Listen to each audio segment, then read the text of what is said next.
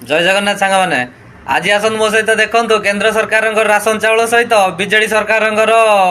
5T bag bag ना तो आप चाउल नहीं पारे जहाँ भी बैग टे दरकार आप अखा नहीं आसते से अखा जो उठे देने पांडियान बाबू आपन को गोटे गोटे बैग मिल आप से बैग कौन केमी चाउल भरिक नौ देखु।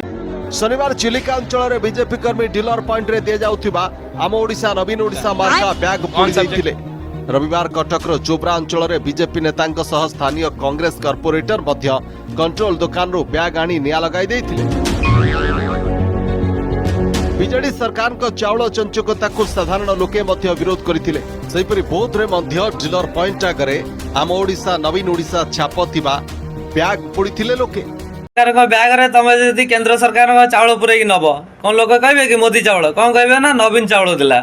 एई लोक जाली देले बैग बुझिपाइले तो आ समस्त जागृत हेलेनी तमे कहीं सोच तमे भी जागृत हुओ।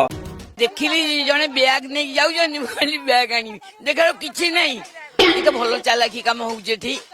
हां नवीन पटनायक दउ नहीं मोदी दउछ तम हाथुर दउछ कहीं चाउल की आटा की तेल की चीनी दउ ना।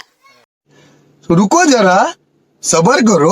बोला धक्का बुक्की नहीं करने का आराम से लेने का। हाँ चामचागिरी कोन गालो बरि दबे ठीक आज्ञा एटे राज्य सरकार दउनी केंद्र सरकार दउची ठीक हो तमे काहे के बहुत दिन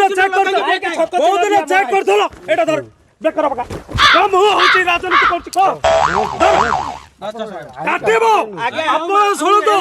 आपण को आज सुरक्षा दउच गालो तो तय देबो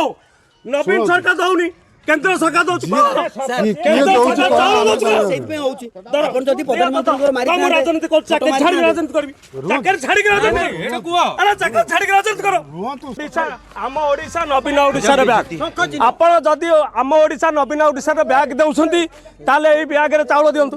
केंद्र सरकार चावल दउछंती आपण काई बाहा करूछंती एठै अफसर माने ए अफसर माने राजनीति करूछंती कौन से डीलर पॉइंट रे देखंतु केंद्र सरकार फोटो बरा जाइनी किंतु नवीन सरकार फोटो बारुछंती ए माने चामचागिरी करूछंती दी ट्रिप यापड मन देखंतु बर्तन की बलिया क्यारी बैग बर्तन आछि आमे केबे याकू भारतीय जनता पार्टी तरफरु बांकीरु आज आमे केबे भी ए ट्रक खाली करे दबुनी के ए बैग बंटा जीवनी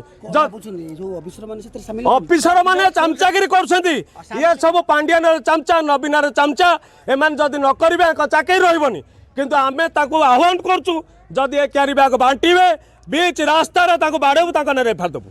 एटा हमर भारतीय जनता पार्टी दृढ़ निंदा करछु ता सहित हम समस्त बांकीवासी केबे एटा को बर्दाश्त करिवे नाही।